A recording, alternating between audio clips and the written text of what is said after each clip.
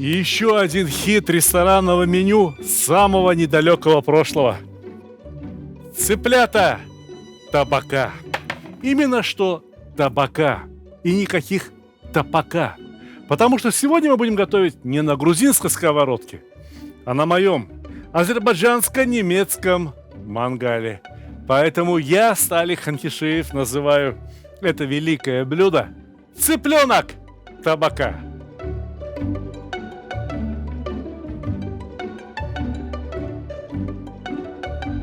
Иногда я слышу неправильное мнение. Говорят, хороший повар должен из любых продуктов приготовить вкусно. Я видел однажды хорошего повара. Это была скромная азербайджанская женщина. Знаете, в каком виде я ее застал? Она сидела на табуреточке, руки в ладошки и плакала. Она плакала, говорила: смотрите, каких кур мне привезли. Как я из этих кур могу для людей готовить? А вот мне сегодня привезли цыплят Аннур. Цыпленок, бройлер, халяль, тушка охлажденная строго по ГОСТу. Настоящий халяль, потому что здесь есть печать Совета муфтиев России. И более того, этот цыпленок отвечает еще и ГОСТу. Более того, этот цыпленок забит и разделан вручную. Поэтому настоятельно советую. Попадется где-то в продаже, обязательно попробуйте. Чем халяль отличается от не халяль, если вы человек неверующий или верите как-то по-другому, не мусульманин? Эта еда пригодна и для вас тоже. Единственное и главное различие, если мы говорим о курице, что в этой курочке нет ни капли крови. Вся кровь спущена при забое. Полюбуйтесь, чистенькая, как раз для нас с вами, мастеров кулинарии. Я разрезаю цыплят по спинке, потом объясню почему.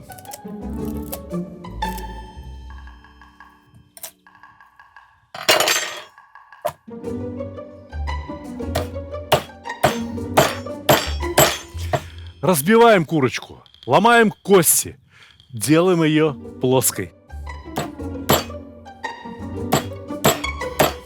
Когда-то в старые времена, когда куры были еще довольно жесткими, отбивание их делало чуточку мягче. А теперь мы, можно сказать, отдаем дань традициям.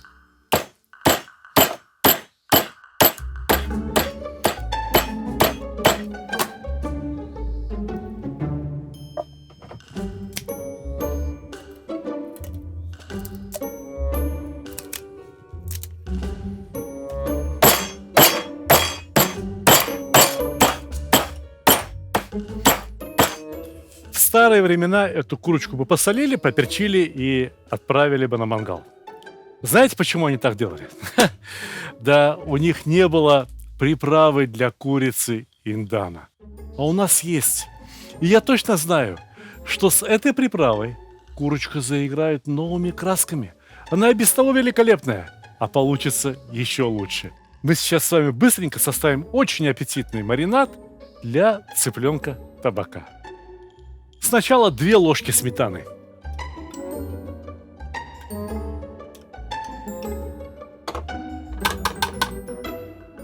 Две ложки хорошего растительного масла.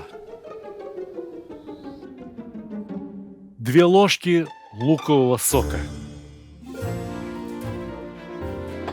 2-3 чайные ложки соли. Смотрите по размеру кур, смотрите по вашему вкусу. Ну и, наконец, специи индана. Недорого, но мило. Очень хорошо, очень вкусно. И перемешать. Но это еще не все. Не хватает чеснока. Этот чеснок, здесь целых 2 головки, он приготовлен, честно говоря, на потом. Но я немного, вот такую чайную ложку с хорошей горкой, использую прямо сейчас.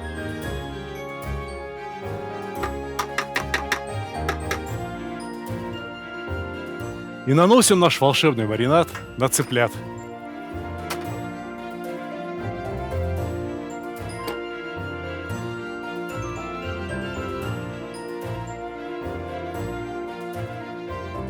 А снаружи маринада поменьше, чтобы только едва-едва покрыло. Оставлю цыплят помариноваться минут 20-30, а сам пойду переодеваться. Мне пора с углем, с огнем, с мангалом работать.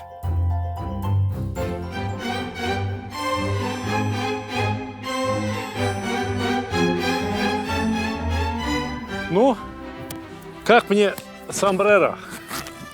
К лицу? Нормально? Похож я, не знаю, там, на мексиканца, на боливийца, парагвайца. Похож я на тех людей, которые умеют делать хороший уголь для мангала, для гриля. Я о таком угле уже много лет рассказываю. Уголь, который называется квебрачо, либо кебраха. Все зависит от того, на каком языке читать. Уголь этот на самом деле привозят из Латинской Америки. Раньше его привозили в Германию, а из Германии я привозил сюда, для того, чтобы работать с нормальным, хорошим углем. Потому что, увы, стыдно, но у нас до сих пор нет приличного угля. И дело не в отсутствии древесины, хотя и в древесине тоже. Об этом попозже поговорим. А дело в том, что люди делают все тяп-ляп, как попало. Никто не думает о своем имени, никто не думает о чести своей страны, в конце концов. Вот такой уголь мы тоже должны откуда-то там импортировать. Из Америки, из Южной Америки. Ужас! Стыд! Древесина. Там заготавливают красное дерево. Очень дорогое, при этом очень тяжелое и дающее очень сильный жар. Так вот, стволы отправляются куда-то на лесопилку, куда-то в какие-то страны, где из них будут делать мебель. Сучья, ветки, эти люди, которые живут немного хуже нас, вообще-то говоря, они не выбрасывают. Они строят огромные углевыжигательные печи, складывают туда эти дрова, поджигают, доводят температуру в печи до температуры пиролиза, то есть реакции, при которой из древесины выходят все смолы, и закрывают их. Все смолы, деготь, все вытекает из древесины. И остается шикарный уголь. Уголь, который может гореть, ну, не знаю, например, 3 часа, легко. Посмотрите, не пыль, а крупный, хороший уголь. Ровно такой, какой нужен для хорошего мангала, для хорошего гриля. Уголь, который не дымит, который не вспыхивает пламенем из-за того, что на него попала капелька жира. Но уголь, который обладает своим собственным уникальным запахом. Очень приятным, неповторимым. Вот в Германии, где люди наелись уже всякого мяса, и гурманы ходят из одного заведения в другое, заходя в гриль-хаус, настоящие знатоки спрашивают, откуда у вас мясо? А им говорят, ну, например, из Аргентины. А уголь у вас какой? Если говорят, что уголь местный, они поворачиваются и идут дальше. А вот если и уголь из Латинской Америки, тогда в таком месте остаются покушать. Можно, конечно, зажать кур в специальные такие сетки и пожарить на мангале. Я хочу предложить способ, при котором курочка будет очень сочная. Корочка у нее будет румяная, а косточки из нее будут сами выскакивать во все 4 стороны. Смотрите, берем фольгу. И если завернуть кур в фольгу вот так, как есть, то куры к фольге прилипнут. Что куры, что рыба, любой продукт, если он покрыт кожей. В коже коллаген. Коллаген под воздействием температуры и воды выделяется. Образуется клейкое вещество, из-за которого холодец отвердевает. Понимаете? Поэтому бумага. Вот такая бумага для выпечки. А сверху еще одна. И вот теперь можно заворачивать в фольгу. Чем больше слоев фольги, тем медленнее будет прогреваться курица внутри. Но это только на первом этапе. Важно, чтобы на первом этапе курица прогревалась очень постепенно. Вот теперь решеточка.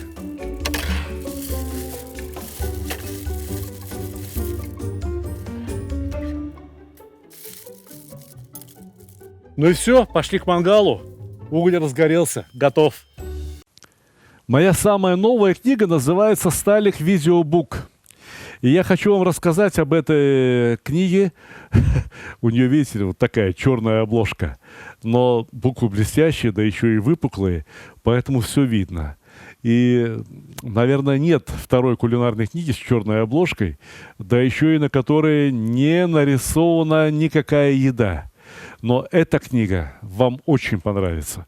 Точнее, она уже вам очень нравится, потому что эта книга составлена по тем рецептам, которые были опубликованы в Ютубе и в других социальных сетях и собрали максимальное количество лайков, максимальное количество просмотров, максимальное количество новых подписчиков.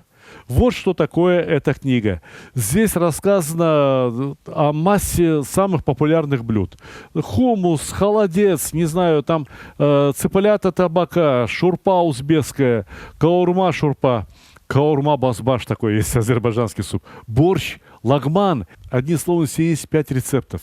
Из почти что 1000 блюд, которые я успел приготовить и опубликовать где-то в интернете. Гуляш, бешбармак, картофель фри. Как без картофеля фри? Стейки, самса, шашлык, плов. Но здесь все собрано не по алфавиту, не разделено на какие-то национальные кухни. Здесь все рассказано так, чтобы вы умели составить классное домашнее меню из самых популярных, самых лучших блюд. Вот, например, чебуреки. Любите чебуреки? Еще бы вы не любили. 12,5 миллионов просмотров на моем канале собрал рецепт чебуреков. Книга «Сталик Видеобук» никогда не продавалась ни в одном книжном магазине. Ни на каких маркетплейсах, ни в каких других интернет-магазинах, потому что эта книга изначально продавалась только в моем интернет-магазине и продается только в моем интернет-магазине stalik.ru. Если вы закажете эту книгу с автографом, пожалуйста, мы упаковываем все книги как следует. И если вы закажете несколько книг вот из этого набора, то, может быть, одну книгу получите вообще бесплатно. На сайте постоянно происходят какие-то акции, скидки. Одним словом, заходите на сайт stalik.ru, и мы поможем вам сделать правильный выбор. И будем вам очень, очень рады.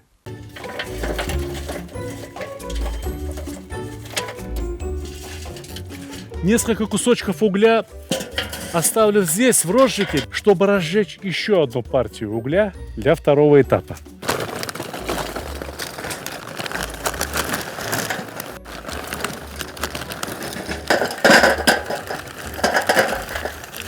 О, какой уголь! Видали? Пусть разгорается. И посмотрите, как горит этот уголь. И посмотрите, как горит уголь, квебрачи. Видите, какая благородная седина.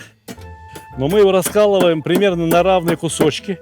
Жар от него сейчас идет невероятный. Я не случайно одел фартук. Не для того, чтобы не испачкаться. Для того, чтобы от жара живот предохранить свой.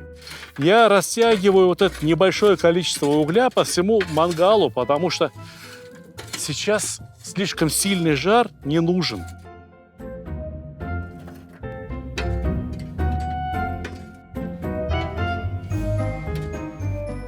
Ставим цыплят и отдыхаем. У нас есть вот так времени. Потому что переворачивать их нужно будет, раз в 15 минут, раз в 20 минут. А готовить их вот так в фольге и бумаге нужно минут 40-60. Куры готовятся на малом огне, томятся. Но скажите мне, что за цыпленок табака без соуса? Если цыпленок табака без соуса, значит повар без совести. Подсыпаем угля.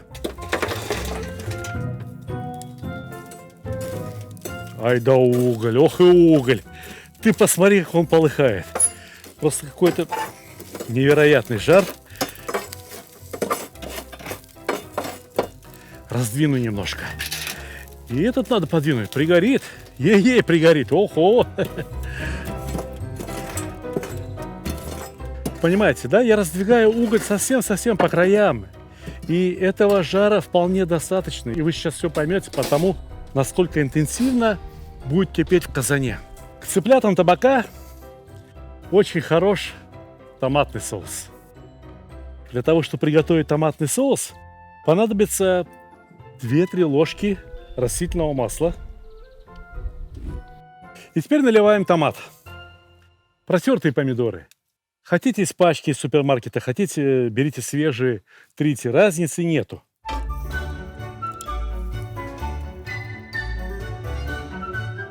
Видали? Только налил томат. Пожалуйста, по краям уже кипит, пузырится. Очень мощный уголь. Очень сильный жар дает. Вот здесь у меня осталось немного лукового сока. Для маринада делал и остался. Заодно сполосну баночку из-под томата. Этого лукового сока хватит. Томат кислый, лук сладкий. Вместе хорошо сработают. Какая разница? Порезанный лук выпустит сок. Или вот он, этот самый сок.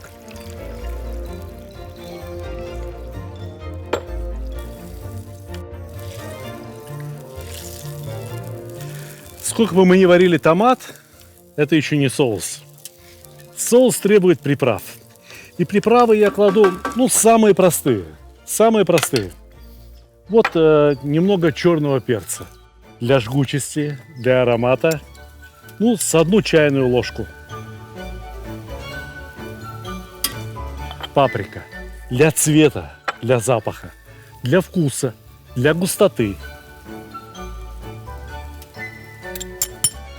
Хочу добавить еще немного острого красного перца.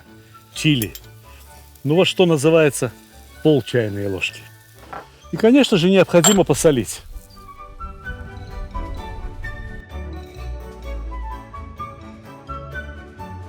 Для украшения готового блюда положим здесь вот на решетке место есть. Перчики, помидорчики. Ну а как же куры? Я думаю, что пора их раскрывать и выводить на финишную прямую.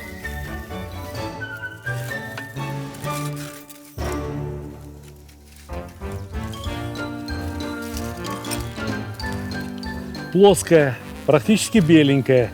Ничего, это дело легко поправимо.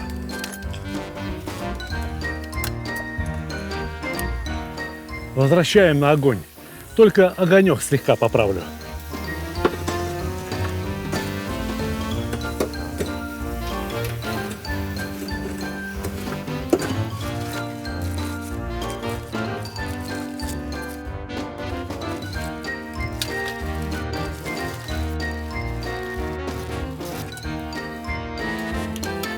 А вкусная.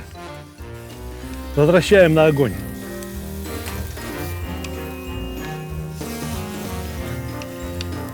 А кто это здесь так шкварчит? А не перевернуть ли нам? Ух ты! Да чего же вовремя? Да чего вовремя? Еще б чуть-чуть и почернело. Нельзя.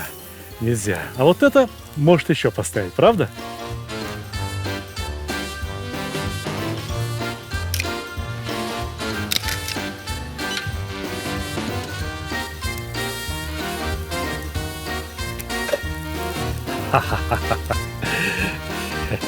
Как она шкварчит. Как она шкварчит аппетитно. Пусть еще с этой стороны постоит. Еще чуть-чуть более хрустящая. А вот сюда надо чеснок. Потому что без чеснока, это я вам скажу, это не соус. Это не соус для цыплят табака.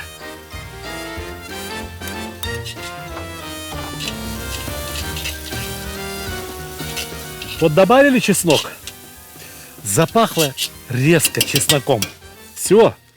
Все. Больше не надо. Убираем. Убираем казан с огня. Все это украшения с огня убираем. Потом разложим. Вот сейчас курочек доведем до совершенства.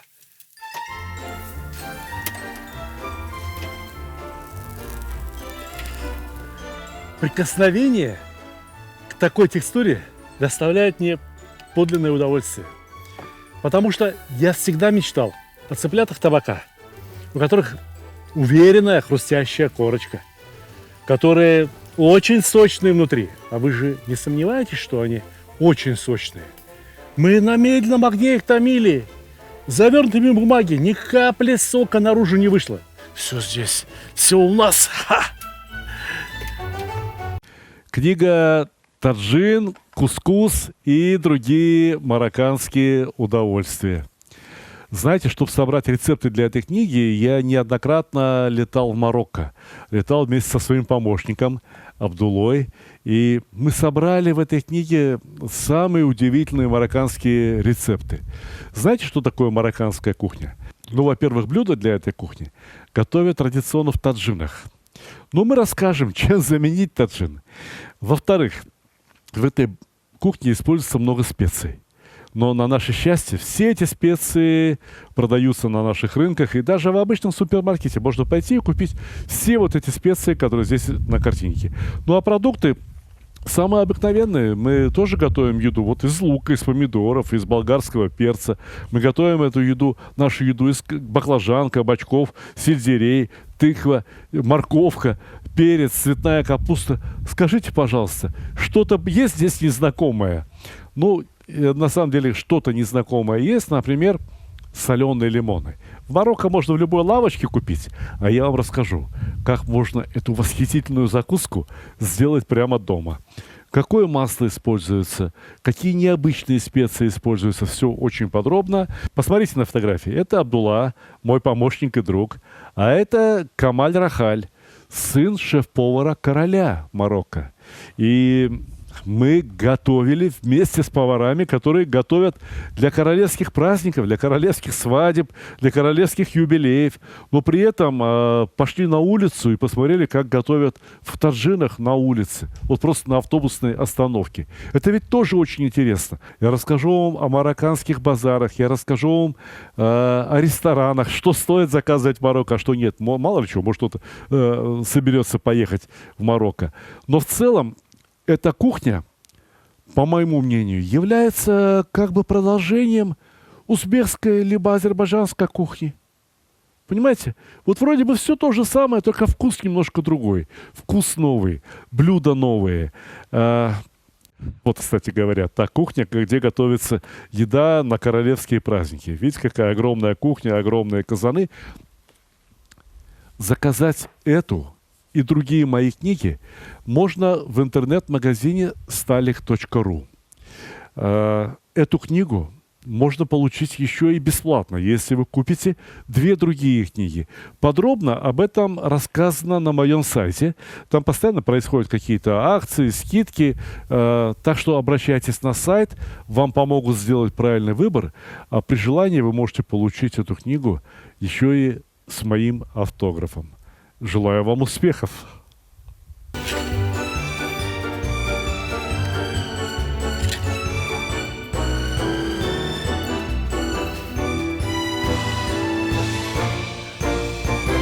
Ах, помидорки.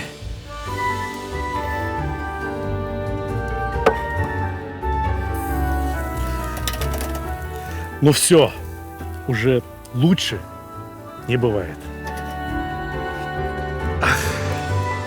Иди сюда, красавица.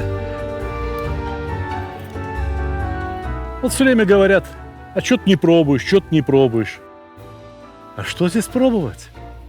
Разве здесь глазами не видно, что это очень вкусно?